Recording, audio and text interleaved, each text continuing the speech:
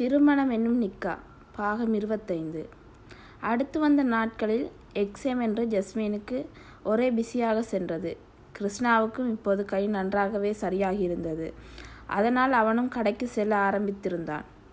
நேரம் கிடைக்கும் பொழுது ஜஸ்மினிடம் கண்களாலேயே காதல் செய்து அவளை முகம் சிவக்க செய்வான். ஜஸ்மினும் கவனமாகவே படித்தாள். எப்பொழுதும் நன்றாக படிப்பவள்தான். இருந்தாலும் தனக்கு இவ்வளவு செய்யும் குடும்பத்துக்காகவும் கிருஷ்ணாவுக்காகவும் நல்ல மார்க் எடுக்க வேண்டும் என்று முழு முயற்சியாக படித்தாள். மரவீட்டில்தான் படிப்பாள். அனு அவளுக்கு துணையாக அங்கேயே இருப்பாள். அவளுக்கும் அடுத்த சில நாட்களில் செமஸ்டியர் வருவதாக சில நேரம் படிப்பாள், சில நேரம் போனில் விளையாடுவாள். நைட் கிருஷ்ணா வரும் பொழுது மரவீட்டில் வெளிச்சம் தெரிவதை பார்ப்பான். ஓ, என் அழகி இன்னும் படிச்சிட்டு இருக்காளா? இரு செல்ல குட்டிமா, மாமா உன்னை தேடி வாரேன் என்று சொல்லிக்கொண்டு தன் அறைக்கு சென்றவன் உடைகளை மாட்டிக்கொண்டு நேராக மரவீட்டை நோக்கி செல்பவனை சிவகாமி தடுத்தார். சிவகாமி, டேய், என்னடா சாப்பிடாம எங்கே போகிற? கிருஷ்ணா, இல்லைம்மா, மரவீட்டில் வெளிச்சம் தெரியுது, அதுதான் யாருன்னு பார்க்க போனேன். சிவகாமி, ஜஸ்மின் தான் படிச்சிட்ருக்காடா, நீ வா, நான் உனக்கு பிடிச்ச அடை தோசையும் அவியலும் செஞ்சு வச்சிருக்கேன். நீ சுட சுட சாப்பிட ஆசைப்படுவேன்னு உன் கார் வந்ததை பார்த்த பிறகு தான் தட்டுனேன். வா, வந்து உட்காரு, சாப்பிடலாம் என்று பரிமாற ஆரம்பித்தார். கிருஷ்ணா, அம்மா, நீங்கள் எல்லாம் சாப்பிட்டாச்சா? எல்லோரும் சாப்பிட்டாச்சு, நீ சாப்பிடு. நல்லா இருக்காடா? கிருஷ்ணா, சூப்பராக இருக்குமா. நீங்கள் செஞ்சு என்னைக்கு நல்லா இல்லாமல் இருந்திருக்கு. இயல்பை விட சந்தோஷமாக சாப்பிடும் தன் மகனின் தலையை பாசமாக கோதியவள் விழியோரம் நீர் கசிந்து, முருகா, என் மகன் முகத்தில் இந்த சந்தோஷம் எப்போதும் நிலைத்திருக்கணும் என்று வேண்டிக் கொண்டாள்.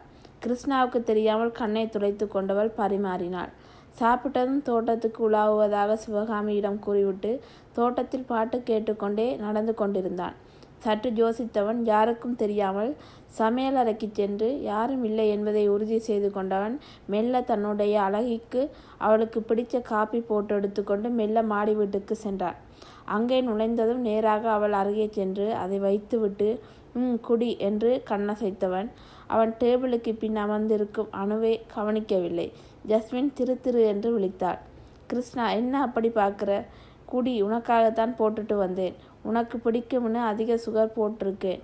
பாரு, உன் முகம் எப்போதும் டயர்டாக இருக்கு. ஸோ குடிச்சிட்டு ரிலாக்ஸாக படி. அனு, என்னடா அண்ணா நடக்குதுங்க?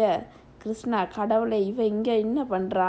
அம்மா ஜஸ்வின் மட்டும்தான் இருக்கிறான்னு சொன்னாங்க. இப்போ எப்படி இவளை சமாளிக்கிறது? அனு, ஏன் அண்ணா, நான் எவ்வளோ நாள் கண் முழிச்சு படிச்சிருக்கேன்.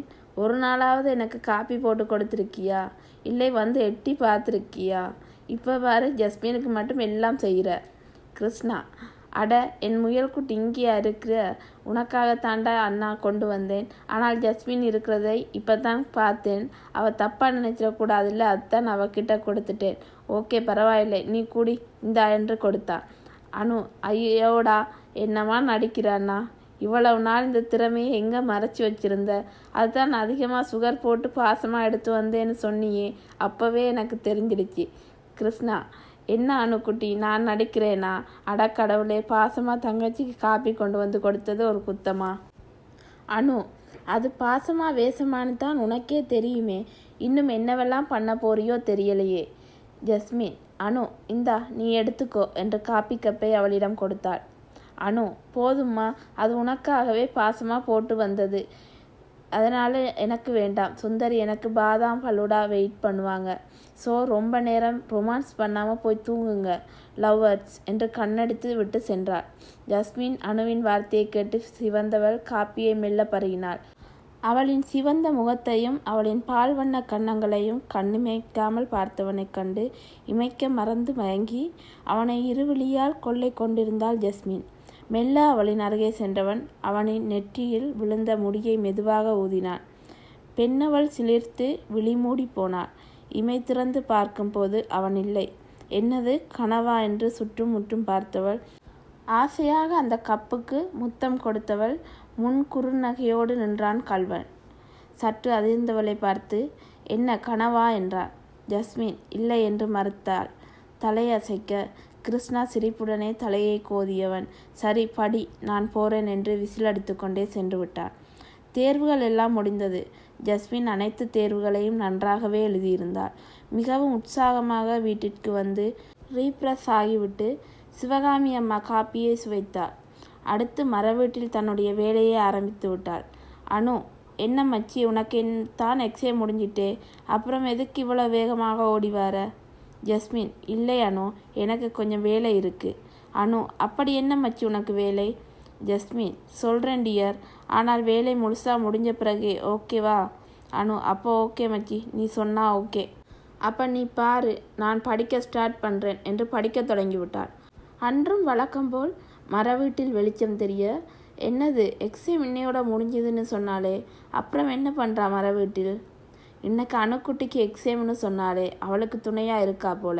இன்னைக்கு அணுக்குட்டி கூல் பண்ணிடாமனு நினச்சிட்டு அவளுக்கு காப்பி போட்டு எடுத்துக்கொண்டு போனான் கிருஷ்ணா.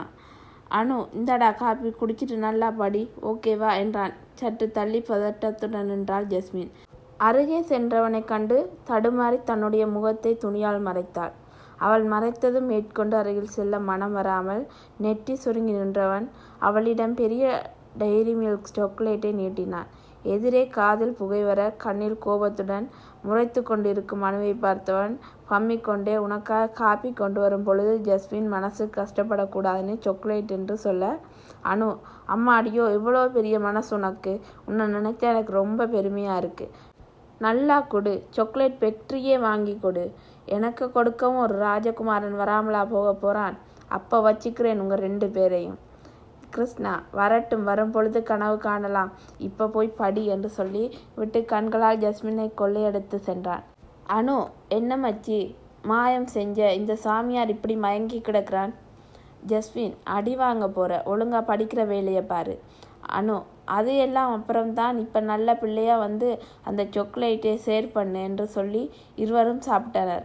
அப்படி என்னதான் வேலை செய்கிறா இந்த ஜஸ்மின்?